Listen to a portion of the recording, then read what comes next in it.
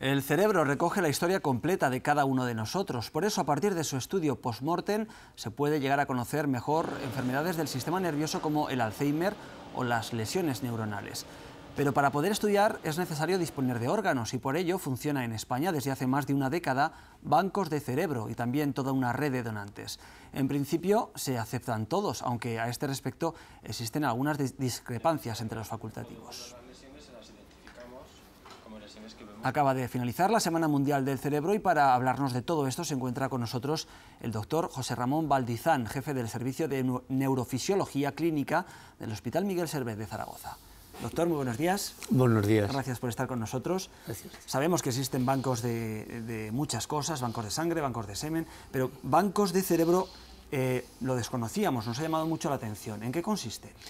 Bueno, siempre ha existido un banco de cerebro desde el punto de vista para estudiar de la anatomía patológica, en fin, las alteraciones orgánicas del cerebro, las lesiones, como ha señalado usted, procesos como el Alzheimer o procesos como el Parkinson, pues para eso ha servido para estudiar, o casos de tumores cerebrales. Ahora bien, el banco de cerebro para el estudio funcional del cerebro realmente en estos momentos no tiene ninguna viabilidad, exclusivamente es para ver las alteraciones orgánicas del cerebro o estructuras. Ya sabe usted que fue anecdótico el caso del cerebro de Einstein, que ha estado mucho tiempo, a veces hasta desaparecido, que lo estudiaron para ver cómo era el cerebro de este sabio, y que al final se ha descubierto algo que ya Ramón y Cajal indicó que era ser más inteligente, es tener más redes neuronales funcionantes.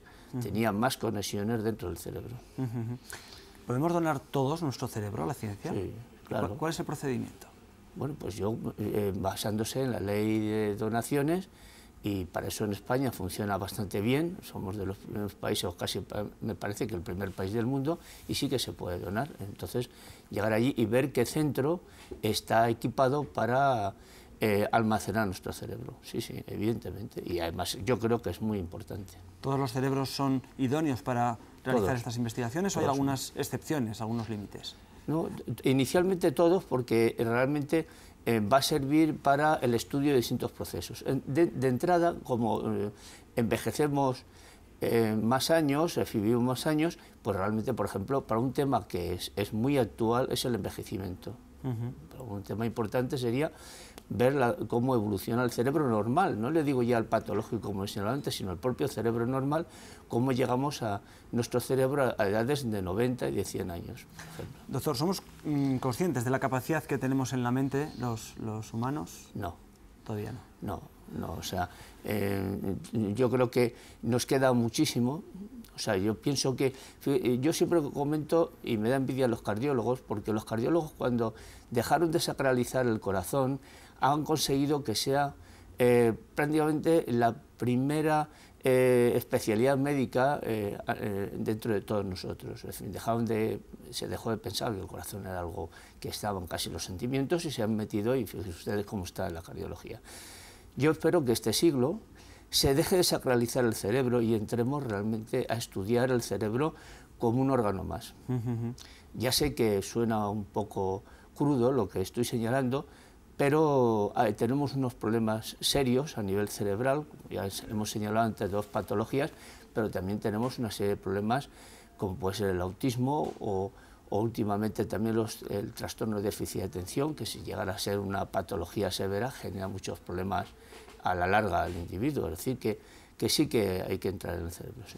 Acaba usted de citar el autismo, usted es además el director del Comité Científico Mas Casadevall de Barcelona, uno de los comités científicos más importantes que analiza esta enfermedad, y ha llegado usted a unos descubrimientos inéditos hasta ahora, y es que el autismo puede deberse a una falta de reconocimiento visual de la persona que lo padece. Sí, el autismo se caracteriza por una tríada, que es la primera es el problema de relación social. El autista tiene una serie de dificultades para relacionarse con la gente. El segundo es el problema de comunicación, síntesis de lenguaje, y la tercera es que tiene unos hábitos muy restringidos.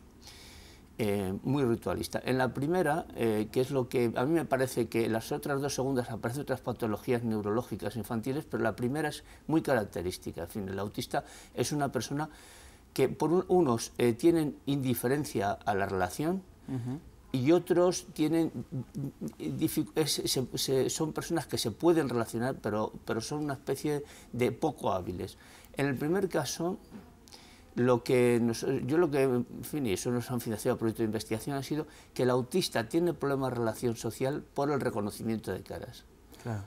O sea, el ser humano reconoce la cara en su conjunto y el autista únicamente fija su mirada en unos puntos concretos de la cara. Sí, exactamente. Es decir, el autista, nosotros cuando nos fijamos en las caras reconocemos, como ha dicho usted, en un conjunto, los ojos, la nariz y los labios. Pero el autista reconoce las caras como los objetos. Entonces nosotros los objetos miramos por características, no de forma global. Entonces el autista, y en fin, yo le puedo contar casos muy concretos, reconoce por matices de la cara, por ejemplo, de la madre o de la familia. Entonces esa es su visión. Entonces al tener esa dificultad de visión global de las caras, le es muy difícil poder relacionarse con la gente e ir reconociendo las caras.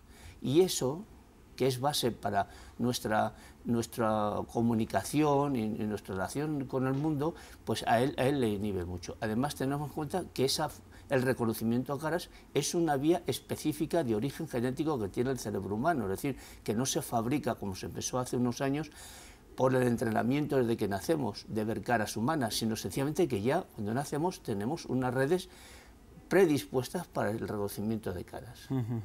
Por eso es tan importante que cuando nacen los niños, y es uno de los parámetros que yo espero que tarde o temprano se pondrán para el diagnóstico muy precoz del autismo, es ver si al primer mes de vida el niño ya empieza a sonreír y a mirar la cara de la madre, porque ya al primer mes de vida ya tiene que estar sonriendo y mirando la cara de la madre, que es la primera persona que la tiene. Esto es una investigación reciente.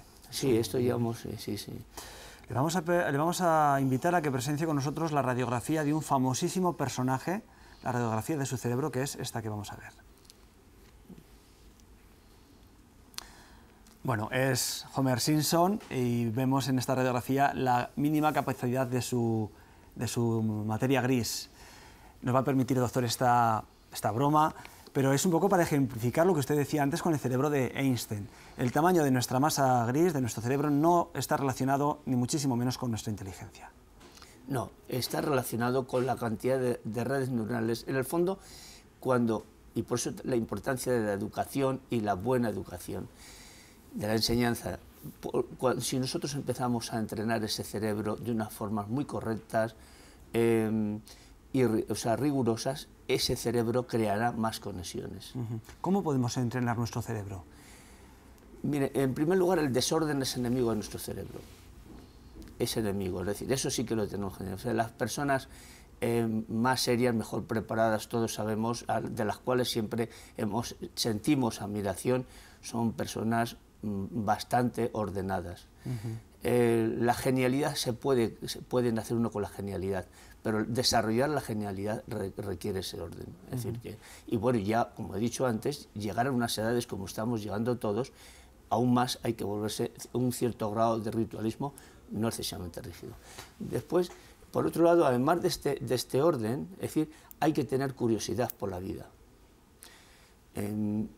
Yo tengo una tía mía que tiene 89 años y está ciega, que yo voy todos los domingos a verla, y mi tía es una persona con ciega que no se mueve, está al tanto de las noticias, o sea, y me habla de todo. El día que una persona deja de tener curiosidad por lo que ustedes dicen, por lo que se comenta, o sea, una curiosidad intelectual se acaba. Es decir, que el segundo parámetro es la curiosidad por el entorno. Cuando uno se va apagando, se está autodestruyendo. Este es el segundo parámetro.